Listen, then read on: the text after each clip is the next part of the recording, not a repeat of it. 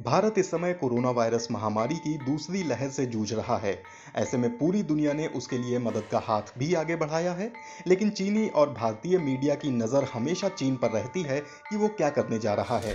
सीमा तनाव के बाद दोनों देशों के संबंध बेहद नाजुक दौर से गुजर रहे थे और ऐसी उम्मीद जताई जा रही थी कि कोविड-19 को लेकर की गई मदद दोनों देशों के संबंधों पर जमी बर्फ को पिघला सकती है। बीते हफ्तों में शिन्हुआ समाचार एजेंसी और दूसरे चीनी सरकारी मीडिया बार बार इस ओर ध्यान दिला रहे हैं कि चीन की सरकार ने भारत की कोविड-19 महामारी में कई बार मदद का प्रस्ताव दिया है। इसके साथ ही 30 अप्रैल को चीनी राष्ट्रपति शी जिनपिंग का भारतीय प्रधानमंत्री नरेंद्र मोदी को भेजे गए संदेश के बारे में भी बताया जा रहा है।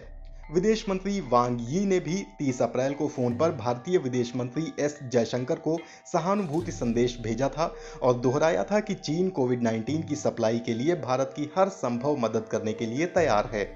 सरकारी अखबार ग्लोबल टाइम्स ने उल्लेख किया है कि विदेश मंत्री ने 22 अप्रैल से 30 अप्रैल के बीच अपनी लगातार 7 प्रेस कॉन्फ्रेंस के दौरान भारत के प्रति संवेदना प्रकट की थी और आधिकारिक सहायता का प्रस्ताव दिया था।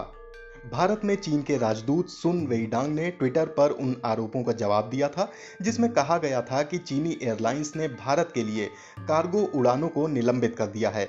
हालांकि ट्विटर चीनी जमीन पर प्रतिबंधित है। चीनी मीडिया ने सुन का 29 अप्रैल के ट्वीट के स्क्रीनशॉट को पोस्ट करते हुए लिखा था कि चीन ने अप्रैल से अब तक भारत को 5,000 वेंटिलेटर्स, 21,569 ऑक्सीजन जनरेटर्स और 2 करोड़ से ज्यादा सर्जिकल मास्क और 3.8 हजार टन दवाइयां उपलब्ध कराई हैं।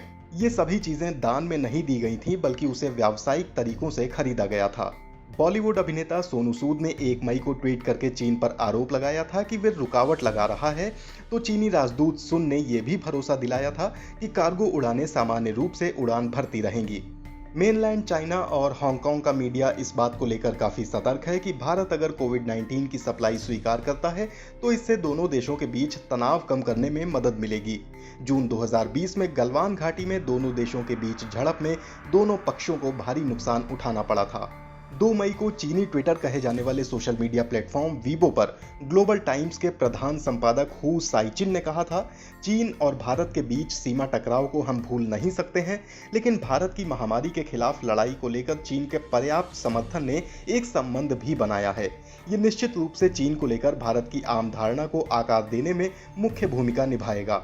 4 मई को सरकारी current affairs journal world affairs के संपादक वू मिंगके ने एक लेख लिखा जिसमें उन्होंने उल्लेख किया कि कोरोना की दूसरी लहर से पहले भारत की मोदी सरकार ने महामारी को चीन से औद्योगिक चेन को हटाने के लिए और पश्चिम और अमेरिका से संबंध मजबूत करने के एक मौके के तौर पर देखा था।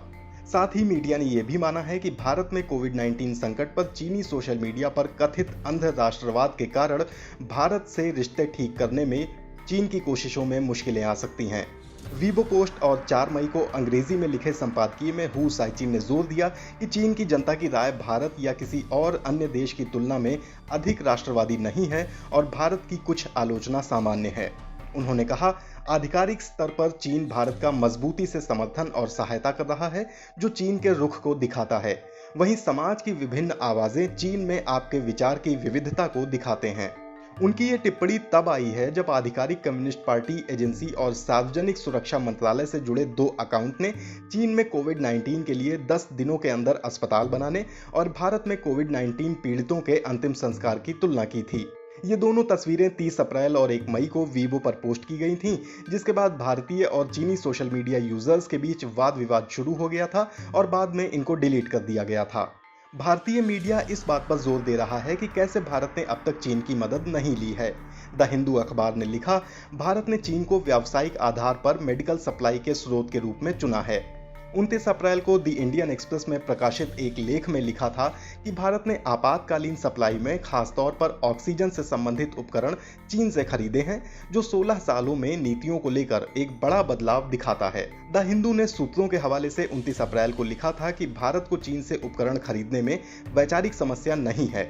इसमें लिखा था कि हाल ही में भारतीय एयरलाइंस हांगकांग से 800 ऑक्सीजन कॉन्सेंट्रेटर्स लेकर आई हैं। 26 अप्रैल को इकोनॉमिक टाइम्स अखबार के लेख में था कि ऑक्सीमीटर जैसे चीनी सामान भारत के मेडिकल उपकरणों में पैठ जमा चुके हैं, जो इस समय दोनों देशों के संबंधों में एक स्थिरता को दिखाता है। भारतीय मीडिया ने यह भी कहा कि सीमा तनाव चीन भारत के मैत्री संबंधों पर अभी भी हावी है और अमेरिका मजबूत रणनीतिक साझेदार बना हुआ है। द हिंदू में 28 अप्रैल को छपे एक लेख में बताया गया था कि कैसे अमेरिका ने कोरोना वैक्सीन के कच्चे माल पर रोक लगा दी थी और इससे जनता में नाराजगी थी। दोनों देशों के संबंधों पर इससे गंभीर असर पड़ने की आशंका थी। द प्रिंट न्यूज वेबसाइट ने सूत्रों के हवाले से कहा था कि लद्दाख में डिसएंगेजमेंट प्रक्रिया के लिए 1 मई को होने वाली भारत चीन कॉर्प्स कमांडर स्तर की वार्ता महामारी के कारण अगले कुछ महीने नहीं हो पाएगी। सूत्रों ने वेबसाइट को बताया कि भारतीय जवान लद्दाख में मुस्तैदी से बैठे हुए हैं और चीन की गतिविधियों पर ड्रोन के साथ साथ नजर रख रहे हैं। वहीं चीनी जवान पूर्वी लद्दाख में वास्तविक नियंत्रण रेखा के बेहद करीब हैं, जितना कि वे अप्रैल 2020 के पहले थे। 30 अप्रैल को इंडिया टुडे ने रिपोर्ट किया कि कोविड-19 की गिरफ्त में भारत के आने के बाद पूर्वी लद्दाख के इलाकों में चीनी सेना ने अपनी उपस्थिति को बढ़ा दिया है और वहां पर स्थायी टेंट और डिपो बना लिए।